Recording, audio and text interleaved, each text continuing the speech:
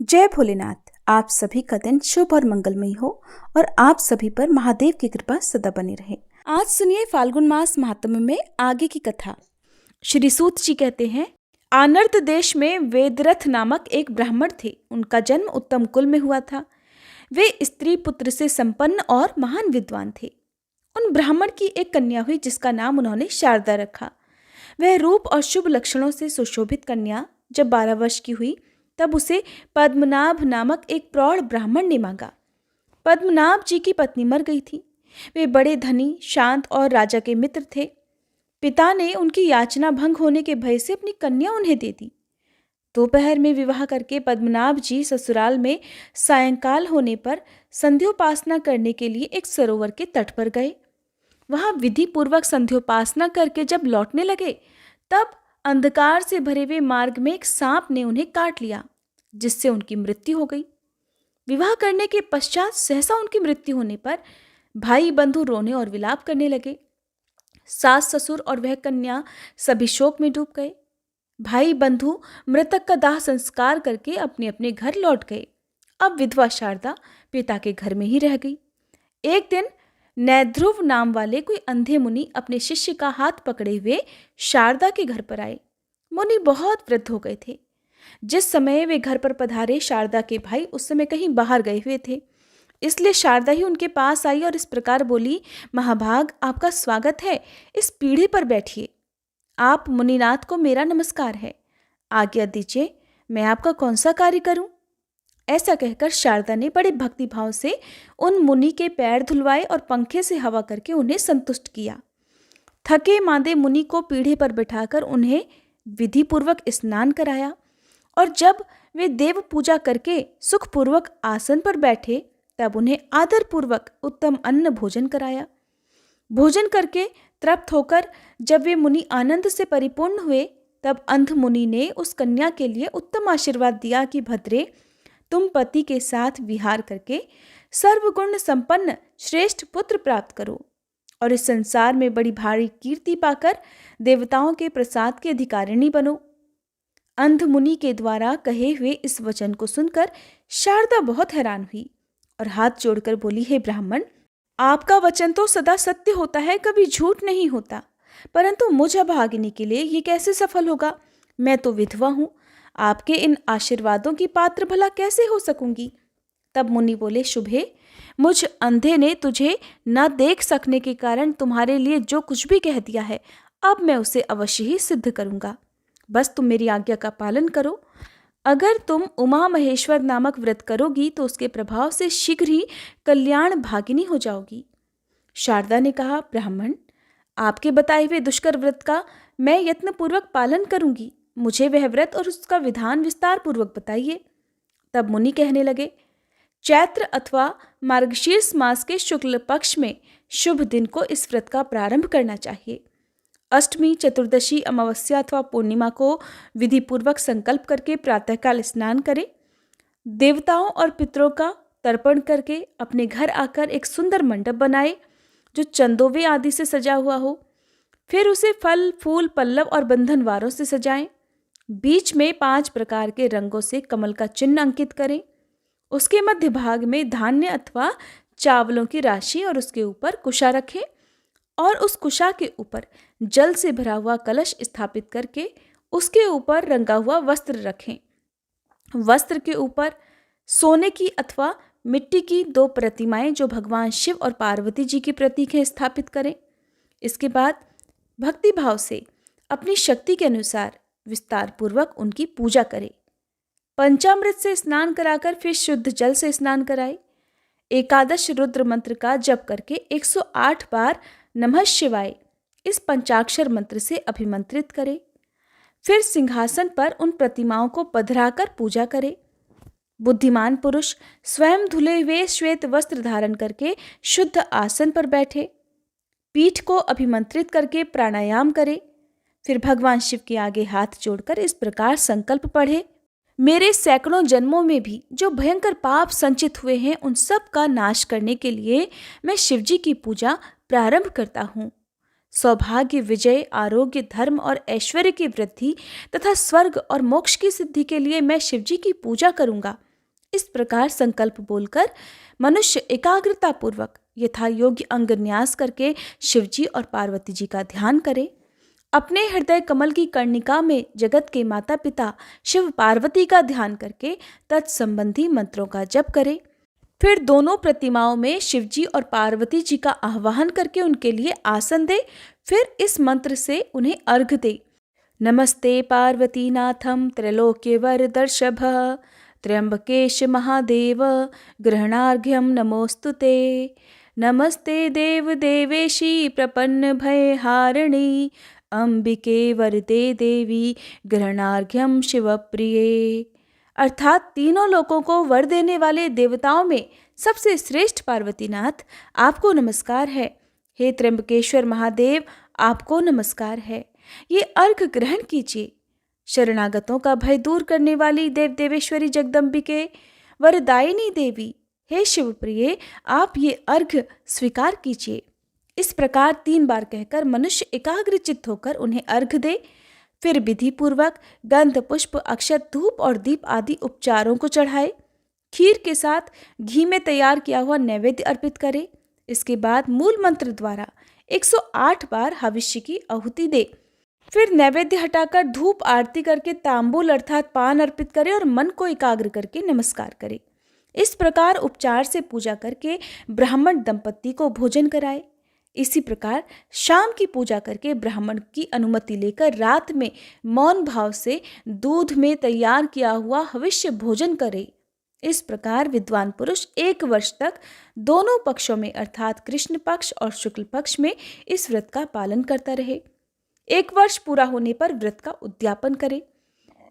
शतरुद्री का पाठ करते हुए दोनों प्रतिमाओं को जल से स्नान कराए। आगमोक्त मंत्रों से शिव पार्वती जी की भलीभांति पूजा करे और अंत में वस्त्र स्वर्ण और प्रतिमा सहित कलश सदाचारी आचार्य को देकर ब्राह्मणों को भोजन कराए। उनका भी यथाशक्ति स्वागत सत्कार करके उन्हें गौ स्वर्ण और वस्त्र आदि की दक्षिणा दे। इसके बाद ब्राह्मणों की आज्ञा लेकर अपने इष्ट मित्रों और बंधु बांधवों के साथ स्वयं भी भोजन करे। इस प्रकार जो भक्ति पूर्वक इस त्रिभुवन प्रसिद्ध व्रत का पालन करता है वह अपनी 21 पीढ़ियों का उद्धार करके मनोवांछित भोगों का उपभोग करता है। इंद्र आदि लोकपालों के दिव्य लोकों में रमण करता है और अंत में भगवान शिव को ही प्राप्त हो जाता है। शुभे मेरे बताए हुए इस महाव्रत का तुम भी श्रद्धा पूर्वक अनुष्ठान करो। इससे अत्यंत दुर्लभ मनोरथों को भी प्राप्त कर लोगी। मुनीश्वर नैध्रुव के इस प्रकार आदेश देने पर फिर शारदा ने विश्वास पूर्वक उनके वचनों को ग्रहण किया। इसके बाद उसके पिता माता और भाई बाहर से घर में आए। उन्होंने देखा कि मुनि भोजन करके सुखपूर्वक बैठे हुए हैं। सबने सहसा आकर उन महात्मा के चरणों में प्रणाम किया और स्वयं भी उनका पूजन किया। साध्वी शारदा ने उस श्रेष्ठ मुनि का पूजन किया है और मुनि ने उसे अनुग्रह पूर्वक व्रत का उपदेश दिया है। ये सब सुनकर उसके भाई बंधुओं को बड़ी प्रसन्नता हुई। वे हाथ जोड़कर कहने लगे, मुने, आज आपके आगमन मात्र से हम सब लोग धन्य हो गए। हमारा समस्त कुल पवित्र हो गया और ये घर भी सार्थक हो गया है। आप हमारे घर के पास में ही निवास करें और जो ये घर का मठ है ये स्नान पूजा के लिए बहुत उपयोगी है, इसलिए इसी में रहिए। इसी प्रकार प्रार्थना करने पर उन मुनि श्रेष्ठ ने बहुत अच्छा कहकर ब्राह्मण के उत्तम मठ में निवास किया। इस प्रकार मुनि के समीप नियम में मन लगाकर उस महाव्रत का पालन करती हुई शारदा का 1 वर्ष पूरा हो गया। वर्ष बीतने पर उसने पिता के घर में ही ब्राह्मण भोजन पूर्वक भली भांति व्रत का उद्यापन किया। उन ब्राह्मणों को यथायोग्य दक्षिणा देकर प्रणाम पूर्वक विदा किया। माता पिता ने उसके इस कार्य की बड़ी प्रशंसा की। शारदा उस दिन भी उपवास करके नियम पालन पूर्वक महात्मा नैध्रुव के बताए हुए उत्तम मंत्र का जप करती रही। इसके बाद प्रदोष काल आने पर उसने भगवान शंकर का पूजन किया और घर के पास वाले मठ में भगवान शिव का ध्यान करती हुई साध्वी शारदा रात भर भगवान शिव के पास जागरण करती रही। शारदा की भक्ति और मुनि की तपस्या और समाधि से संतुष्ट होकर जगन माता पार्वती जी उनके सामने प्रकट हुई। उनके प्रकट होते ही अंधे मुनि को 2 नेत्र मिल गए। अपने सम्मुख प्रकट हुई जगन माता पार्वती जी का दर्शन करके वे मुनि और वह ब्राह्मण कन्या दोनों ही उनके चरणों में गिर पड़े। तब उन दोनों को उठाकर पार्वती जी ने बड़े प्रेम से कहा, मुनिश्रेष्ठ, मैं तुम्हारे ऊपर बहुत प्रसन्न हूँ। पाप रहित पुत्री शारदा, तुम्हारे ऊपर भी मैं प्रसन्न हूँ। बोलो, तुम्हारी रुचि के अनुसार कौन सा देव दुर्लभ वर प्रदान करूं? मुनि कहने लगे, देवी, ये शारदा नाम की कन्या विधवा हो गई है। मैंने अंधा होने के कारण इस बात को न जानकर इसकी सेवा से संतुष्ट होकर इसे यह आशीर्वाद दिया कि तुम अपने पति के साथ चिरकाल तक विहार करके उत्तम पुत्र प्राप्त करो। जगदम्बे, अब आप ही मेरे इस वचन को सत्य करें। आपको नमस्कार है। तब देवी पार्वती ने कहा, हे ब्राह्मण, ये शारदा पूर्व जन्म में एक द्राविड़ ब्राह्मण की द्वितीय पत्नी थी। उस समय इसका नाम भामिनी था। भामिनी अपने पति की बड़ी प्यारी थी। अपनी रूप माधुरी से परम मनोहर दिखाई देने वाली भामिनी ने रूप वशीकरण आदि छलपूर्ण उपायों से अपने पति को अपने वश में कर लिया। वह मोहग्रस्त ब्राह्मण अपनी छोटी पत्नी में ही आसक्त होने के कारण अपनी बड़ी और पतिव्रता पत्नी के पास कभी नहीं गया। पति समागम से वंचित होने से वह स्त्री पुत्रहीन रह गई। इससे वह मन ही मन सदा संतप्त रहती थी, दुखी रहती थी। और उसी दुखी अवस्था में समय आने पर एक दिन उसकी मृत्यु हो गई। भामिनी के घर के पास एक तरुण ब्राह्मण रहा करता था। वह इस सुंदरी को देखकर इस पर मोहित हो गया और एक दिन उसने काम से आतुर होकर इसका हाथ पकड़ लिया। उस समय इसने क्रोध से लाल आंखें करके उसे दूर भगा दिया। वह दिन रात इसी का चिंतन करते करते मृत्यु को प्राप्त हो गया। अपने स्वामी को मोहित करके जो उन्हें ज्येष्ठ पत्नी से विमुख किया था, उसी पाप से ये इस जन्म में विधवा हुई। जो स्त्रियां संसार में पति पत्नी में वियोग कराती हैं, उन्हें अलग कराती हैं, उन्हें 21 जन्मों तक बाल्यावस्था में विधवा होना पड़ता है। और वह काम मोहित ब्राह्मण जो पराई स्त्री के विरह से पीड़ित होकर मृत्यु को प्राप्त हुआ था, उसने भी पाप ही किया था।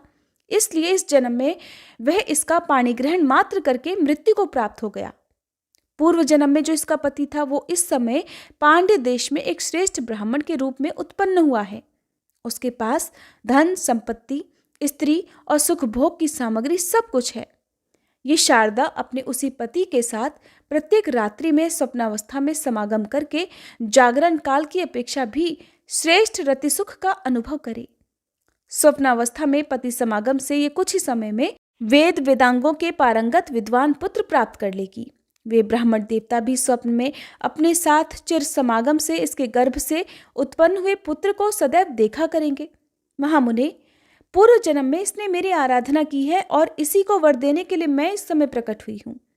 इसके बाद महादेवी पार्वती जी ने शारदा से आदरपूर्वक कहा, बेटी, अब तुम मेरी उत्तम बात सुनो।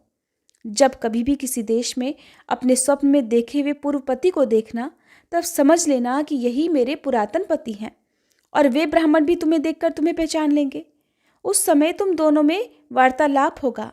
ऐसा अवसर आने पर तुम अपने विद्वान पुत्र को उन्हीं ब्राह्मण की सेवा में समर्पित कर देना।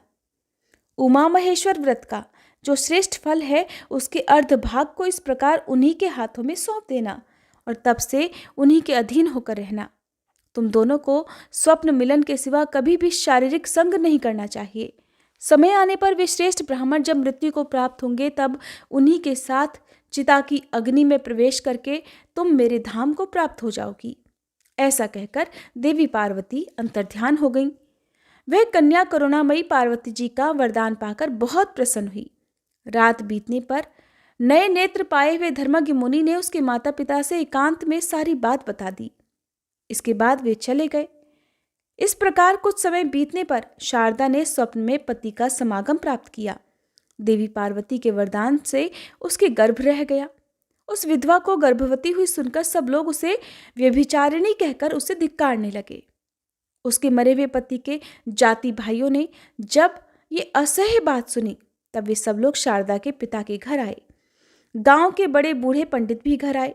सब ने कुल के वृद्ध पुरुषों के साथ बैठकर विचार विमर्श किया। लज्जा से नतमुख हुई गर्भवती शारदा को बुलाकर कुछ लोग बड़े क्रोध में भरकर उसे डांटने लगे। कुछ लोगों ने तो उसकी ओर से मुंह फेर लिया। कुछ निर्दयी वृद्धों ने अपना निर्णय इस प्रकार सुनाया कि ये पाप बुद्धि वाली कन्या दोनों कुलों का नाश करने वाली है। इसके केश मुंडवाकर नाक और कान दोनों काट दिए जाएं और इसे कुल और जाति से बहिष्कृत करके गांव से बाहर निकाल दिया जाए। ये सुनकर सब लोग ऐसा ही करने को तैयार हो गए। ठीक उसी समय आकाशवाणी सुनाई पड़ी। इस कन्या ने न तो कोई पाप किया है, न कुल में कलंक लगाया है और न ही इसके पातिव्रत्य का भंग हुआ है। ये सदाचार परायणा स्त्री है। इसके बाद जो लोग भी इसे कुलटा या व्यभिचारिणी कहेंगे, उन पाप मोहित मनुष्यों की जिह्वा तत्काल ही विदीर्ण हो जाएगी। इस प्रकार आकाशवाणी सुनकर उसके माता पिता आदि सब लोगों को बड़ी प्रसन्नता हुई। कुछ अविश्वासी मनुष्य तो कहने लगे कि यह आकाशवाणी ही झूठी है। ऐसा कहते ही उनकी जिह्वा के 2 टुकड़े हो गए। फिर तो सब जाति भाई, बंधु बांधव, स्त्रियां और बड़े बूढ़े साधु साधु कहकर शारदा की प्रशंसा करने लगे। कुल की स्त्रियां प्रसन्न हो गईं और एक दूसरे से कहने लगी कि देवतागण कभी झूठ नहीं बोलते, परंतु ये समझ में नहीं आता कि आखिरकार इसने गर्भ कैसे धारण कर लिया। इस प्रकार भ्रम में पड़े हुए लोगों को देखकर लोक तत्व को जानने वाले एक वृद्ध पुरुष ने कहा कि ये जो कुछ भी देखने और सुनने में आता है वो संपूर्ण विश्व मायामय है। इस क्षण भंगुर संसार में अकथनीय और असंभव बातें भी माया से होती ही रहती हैं। माया ईश्वर के अधीन है, इसलिए उस ईश्वर की लीला का रहस्य भला कौन जान सकता है। सत्यवती मछली के पेट से पैदा हुई और महिषासुर भैंस के गर्भ से उत्पन्न हुआ है। वसुदेव जी से रोहिणी के गर्भ से पुत्र का जन्म हुआ और मुनि के शाप से सांब के पेट से मूसल पैदा हुआ और मुनियों के मंत्र बल से राजा यवनाश्व के भी गर्भ रह गया था। इसी प्रकार ये कल्याणमयी सती शारदा भी अपने महान व्रत के प्रभाव से गर्भवती हुई है। ये बात निश्चयपूर्वक कही जा सकती है। इस विषय में स्त्रियां ही इसे एकांत में ले जाकर सच्ची बात पूछें। इस निश्चय के अनुसार फिर स्त्रियों ने उसे एकांत में ले जाकर इस बारे में पूछा। शारदा ने उन सभी स्त्रियों से अपना अत्यंत अद्भुत वृतांत पूरी तरह से कह सुनाया। सच बात का पता लगने पर सब लोग उस सती का आदर करके प्रसन्नचित्त होकर अपने अपने घर को चले गए। इसके बाद शुभ समय आने पर शुद्ध अंतःकरण वाली शारदा ने बाल सूर्य के समान तेजस्वी बालक को जन्म दिया। वह कुमार बाल्यावस्था में ही बहुत अधिक विद्या प्राप्त करके परम बुद्धिमान हो गया था। इसके बाद गुरुजी ने समय आने पर उसका उपनयन संस्कार किया। वह लोक मनोहर बालक लोक में शारदेय नाम से विख्यात हुआ। उसने 8वें वर्ष की आयु में ऋग्वेद, 9वें वर्ष में यजुर्वेद और 10वें वर्ष में सामवेद को लीलापूर्वक पढ़ डाला। इसके बाद त्रिलोक पूजित शिव पर्व प्राप्त होने पर सभी देश के निवासी मनुष्य गोकर्ण तीर्थ में जाने लगे। सती शारदा भी अपने पुत्र के साथ गोकर्ण तीर्थ में गई। वहां उसने अपने पूर्व जन्म के पति को, जिनका स्वप्न में सदा ही दर्शन किया था, आया हुआ देखा। वे ब्राह्मण बंधुओं से घिरे हुए थे। उन्हें देखकर शारदा प्रेम मगन हो गई और उन्हीं की ओर दृष्टि लगाए हुए खड़ी रही। ब्राह्मण भी रूप और लक्षणों से पहचानी हुई तथा स्वप्न में सदा भोगी जाने वाली उस स्त्री को और स्वप्न में ही अपने से उत्पन्न हुए उस कुमार को भी देखकर आश्चर्यचकित होकर उसके पास आए और इस प्रकार बोले, कल्याणी, तुम कौन हो? किसकी पत्नी हो? कौन तुम्हारा देश है और किसकी पुत्री हो? उनके द्वारा इस प्रकार पूछी जाने पर उस स्त्री ने बाल्यावस्था में अपने विधवा होने का सारा वृतांत कहा। तब ब्राह्मण ने फिर से प्रश्न किया कि देवी, फिर ये पुत्र किसका है? चंद्रमा के समान सुंदर इस बालक को तुमने कैसे गर्भ में धारण किया है? शारदा कहने लगी, स्वामी, इस सब विद्वाओं में विशारद मेरा ही पुत्र है। मेरे ही नाम पर लोग इसको शारदेय कहते हैं। उसकी ये बात सुनकर श्रेष्ठ ब्राह्मण हंसकर बोले, देवी, तुम्हारा पति तो विवाह करके तुरंत ही मर गया, फिर भला इस पुत्र का जन्म कैसे हुआ? इसका कारण बताओ। शारदा बोली, महामते, परिहास से कोई लाभ नहीं। आप मुझे जानते हैं और मैं आपको जानती हूँ। इस विषय में हम दोनों के ही मन इस बात का प्रमाण है। ऐसा कहकर उसने देवी के दिए हुए वरदान आदि की बातें बताई और अपने व्रत के आधे भाग व्रतधारी कुमार शारदेय को उन्हें सौंप दिया। वे ब्राह्मण देवता बहुत प्रसन्न हुए। उन्होंने कुमार को हृदय से लगा लिया और शारदा के माता पिता की आज्ञा लेकर शारदा तथा उस बालक को अपने घर बुलाकर ले गई। ब्राह्मण के घर में शारदा ने कई मास बिताए। जब उनकी मृत्यु हो गई तब उन्हीं के साथ चिता की अग्नि में प्रवेश करके उसने उनका अनुसरण किया। फिर वे दोनों दिव्य दंपत्ति होकर दिव्य विमान पर बैठे और भगवान शिव के लोक में चले गए। इस प्रकार मैंने यह पवित्र उपाख्यान सुनाया जो पढ़ने और सुनने वालों को भोग और मोक्ष प्रदान करने वाला है। प्रतिदिन भगवत संबंधी उत्तम कथा के श्रवण से मनुष्य परम गति को प्राप्त होता है। पुण्य क्षेत्र में निवास करने से चित्त शुद्ध होता है। उत्तम कथा के सुनने से मनुष्य जिस प्रकार उत्तम गति को पाता है, उस प्रकार अन्य उत्तम व्रतों से नहीं पाता। अन्य व्रतों से उसकी बुद्धि वैसी उत्तम नहीं होती। जैसे बार बार शोधन करने पर दर्पण निर्मल होता है, वैसे ही सत्कथा सुनने से मन अधिकाधिक शुद्ध हो जाता है। मन शुद्ध होने पर मनुष्यों के द्वारा शिव जी का ध्यान सिद्ध होता है। ध्यान से पुण्यात्मा पुरुष मन, वाणी और शरीर द्वारा संचित समस्त पाप राशि को धोकर भगवान शिव के परम पद को प्राप्त हो जाते हैं। इसलिए जिन्होंने अपना पुण्य भगवान शिव के चरणों में समर्पित कर दिया है, उन लोगों के लिए भगवान शिव की उत्तम कथा का श्रवण कीर्तन ही सर्वोत्तम साधन है, क्योंकि कथा से ध्यान सिद्ध होता है और ध्यान से कैवल्य की प्राप्ति होती है।